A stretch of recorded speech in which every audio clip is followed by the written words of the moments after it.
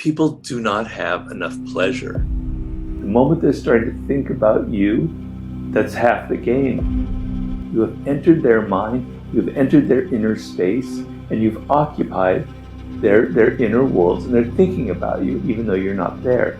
That is the game, the art of seduction. You don't have to be the handsomest and most beautiful woman in the world. You will seduce them because seduction is a game of psychology. The game in seduction is to lower those walls, to make them thinner and thinner, to find penetrating points so you can enter inside their mind, inside their defenses. It's an incredible, powerful device that fewer and fewer and fewer people in this world understand. So I want you to think of seduction in the following way.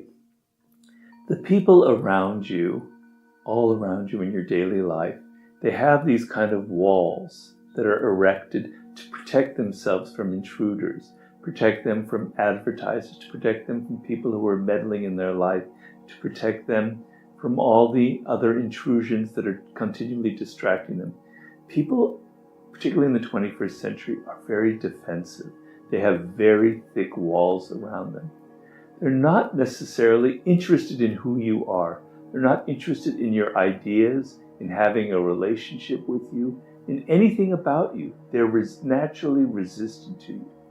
The game in seduction is to lower those walls, to make them thinner and thinner, to find penetrating points so you can enter inside their mind, inside their defenses. And so the ultimate power is when you're not there, when after an encounter with you or whatever, they're thinking about you when you're not there. You have entered their mind, you've entered their inner space, and you've occupied, in a positive way, hopefully, their inner worlds, and they're thinking about you even though you're not there. That is the game, the art of seduction, okay?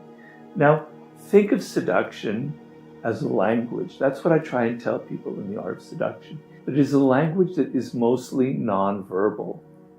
And your game is to learn that language, to master it, much as you would master French or whatever other language there is. Okay? So what is this language? Well, it's a language of gesture. It's a language of body language. It's a language of energy that you feel off of another person. So if someone is trying to seduce you, or you're trying to seduce someone, and you're too obvious about it, and it's too clear what you're up to, and you're saying all the right cliched lines that people say in order to seduce, it just makes those walls thicker and thicker and thicker. It's too clear. People become more and more resistant, right? But if they don't even know that you're trying to seduce, if it's something that's in your energy, it is in your personality, you don't have to say a word. You have charisma. You are a siren. You are a rake. You are the natural. All the 9 types of seducers that I illustrate in there. Then you don't even have to try. It's something that emanates from your personality, and it attracts people to you without you ever saying a word. So part of that language is your own energy, your own kind of confidence and inner security that emanates out of you and that draws people to you. And that is incredibly seductive. It is a language of gestures. So when you go on a date or you take someone somewhere, it's not what you say and everything that you do, it's the place that you take them to. It's not something that they expected. It's a surprise. It's a place that they've never been to before, that's different, that's not predictable. That is part of the seductive language. When you give them a gift, it's not a gift that's obvious, that is, flowers or something like that, or something that costs a lot of money. It's a gift that shows that you're thinking about them, that you understand their spirit. So for instance, I tell people, listen carefully to the other person. They're going to say things about what they love, about their likes, their dislikes. So they're going to reveal some of their personality. You want to get them to talk a lot and you don't hardly say anything. And in the course of revealing something that they love, a light bulb goes on in your head and you go, I can give them a gift after a couple of weeks of seeing them that reflects this particular thing they mentioned once, that reveals to them that I was listening, that I understood, that I absorbed their idea, their spirit. And I go, wow, this person was actually hearing me. How thoughtful, right? It's a gesture. You don't have to say anything. On and on, on and on. You're learning these languages. You are learning what excites people, what triggers their level of fascination, what would repel them and repulse them. So you want to create a degree of mystery. You want to send mixed signals. They don't know exactly who you are. There's an element of, I don't really know this person. What they do tomorrow, I can't really predict. Wow, how exciting. So in the course of that, you're thinking about them. It's a language of absence and presence.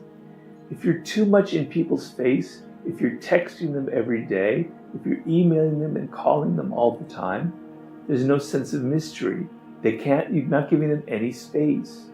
But if you allow 2 days or 3 days to go by where you don't call them, all right, you might think it's a little bit cruel, but no, that's part of seduction. It's part of the mating game. Don't worry about cruelty. Cruelty is part of seduction, actually. You have to be a little bit cruel, okay? So you wait a few days. In that space, they're going, maybe he or she doesn't like me that much. Maybe there's something I said that was wrong. And they start thinking about you, and they start trying to think about what they can do to please you. You've got them then. You've seduced them. The moment they're starting to think about you, that's half the game. And if you're constantly in their face, you can't allow that to happen. But if you're too absent, if 2 weeks go by and you're never there, you're just going to make them angry. You're just going to make them forget you. You're going to think that you're not trustworthy. You have to know the delicate balance between absence and presence. When to be there and when to disappear for a day or two, right? Not to answer their texts right away. Give them a little space to fantasize about you, to think what you might be doing in your absence. On and on and on and on. A language of gesture, of behavior, of things that you do, of places that you take them to, about your energy, about when you're there and when you're not there, the level of mystery that you can.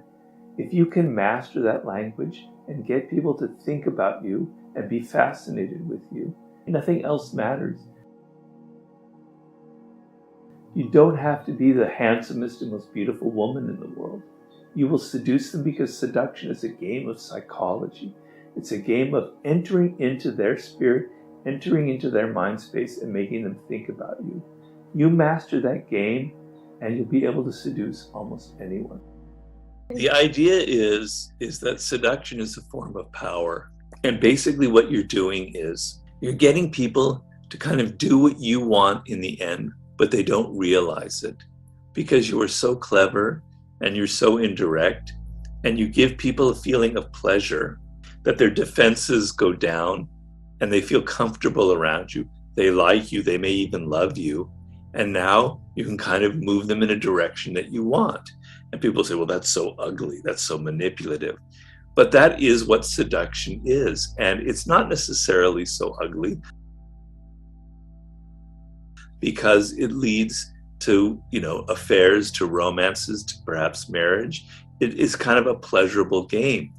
Yeah. And the idea behind it is that in the world today, people do not have enough pleasure, right? It's probably the one thing that they're missing the most. They're so wired, they're so working so hard, they're so, single-mindedly focused on their careers, et cetera, that they're not having any pleasure. And then in our social world, everyone is so selfish and narcissistic that no one is really giving you attention that you like. Like if I were to try and seduce Pani, I would figure out what makes you different, what makes you unique, what you love in life that nobody else is giving you. Things from your childhood, things that make you excited, that you love, certain colors, certain flowers, certain gifts, certain places. And I would give that to you, right? I would get into your world instead of being obsessed with myself. I would get outside of myself into Pani's world, and I would say, this is what she is missing in her life, and I'm going to give it to her. The power of that is absolutely immense because nobody is giving that to you in general, right? And so a simple example would be, we have a conversation at a restaurant at night, we're having dinner, and you say some things that you're not really paying attention to, and they're just sort of off the cuff, but they kind of reveal something that bothers you or something that you really are excited about. And then the next day, I bring up what you said in a different form, perhaps. I kind of quote you or something, or I give it a different spin. And I don't call a lot of attention to it, but to you that goes, wow, Robert was actually really listening to me. He heard what I said. He understood kind of what was behind my words. That's really interesting. Nobody ever does that, you know? Yeah. Okay, and as that happens, you start becoming a little less resistant. You start seeing Robert in a different way. You say, maybe this person can give me things that I don't get from other people.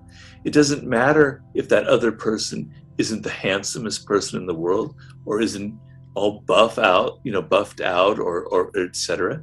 But they understand the psychology, right? They understand for a man what a woman is missing, or for a man what a man is missing for a woman. They understand this.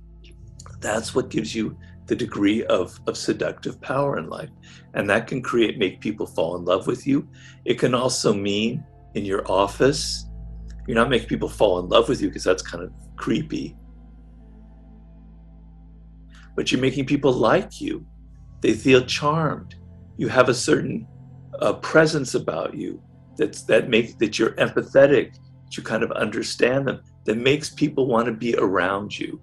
Or it can be in politics. You know how to seduce people with your message. You can win elections. Or if you're marketing your product, you know what seduces the masses. People will buy your product. It gives you immense power. Because if in politics, if in the office, if within the sexual realm, or in marketing, you're too direct, you're too forceful, people will go, that's ugly. I don't want anything of that. You're in my face. But if you're indirect, if you come from here instead of from here, they have no defenses. They go, wow, I'm going to buy your product. I'm going to vote for you. I'm going to like you in the office. I'm going to have sex with you, or I'm going to fall in love with you. It's an incredible, powerful device that fewer and fewer and fewer people in this world understand. Fewer and fewer people in the world are actually good at the seduction game because for whatever reason, we're not used to it. You know, in the world of Tinder, etc., it becomes an app. It's not anymore your psychology. It's more like boom, boom, boom, boom, right? But what's more important is understanding people's psychology, not an algorithm. That's like a machine. That's like a computer. That's not human. Humans have emotions. Humans have psychology. Humans have weaknesses. So get out of that boom, boom, boom. Spend time around people and get inside their worlds, which is one of the strategies. Well, first of all, that if you're too obvious in your seductive moves, if people know, oh, Pani read The Art of Seduction and she's using it on me, that's not going to be very effective, right? So you have to feel natural. You have to feel like it's not a game you're playing, but it's part of your personality. You're naturally like this. And I give you these types of seducers, right? The number one mistake people make in seduction, and often women are guilty of this, is they're too obvious, they're too easy. They're too easy to conquer. They're too easy, to seduce. So you want to play hard to get sometimes. You want to create distance. You want to not return their phone calls right away. Maybe you wait an extra day. Maybe you wait a week. You don't text back right away. It makes it look like you have other things to do, that maybe there are other people in your life, that you're not desperate, right? So it makes it seem that you're worth more than you would be if you're just immediately writing them back every few minutes. Seduction is a kind of theater. It's a kind of drama, or if you prefer, it's a kind of a movie. So normally our lives are kind of drab and boring. We're working in our office, at our home. We're kind of dressed sort of sloppily, kind of eat the same food. We have the same habits. When you're in a seduction or a courtship of some kind, it's like you're lifted out of your boring life into kind of a theater, to something that's heightened, that's Mm-hmm. intensified, that's extra, right? So when you are going on your first date with someone that you like, you don't just dress the way you normally dress, right? You put on something nice. Or you don't simply take them to the local Pizza Hut for the date. You take them to a restaurant with atmosphere. Theater, it's like a stage. You're creating some fantasy. Is Mm-hmm. that ugly? Is that manipulative? Well, I get really angry with people who think that. We Yeah. all want drama in our life. We all want fantasy. We all want something more. And so the fact that someone is making an effort to please you, that they're actually trying to look nicer than they may normally look, they're taking you to places, that they're behaving in a way that's kind of responsive to you, is actually a good thing. It is manipulative in one way, but it's a good form of manipulation where you're Yeah. showing the other person that you're willing to put some effort into this, that it's not just like, oh, I could just show up in my pajamas and it'll be okay. Or we can just come Yeah. over to my house and watch television. We want Right. something more.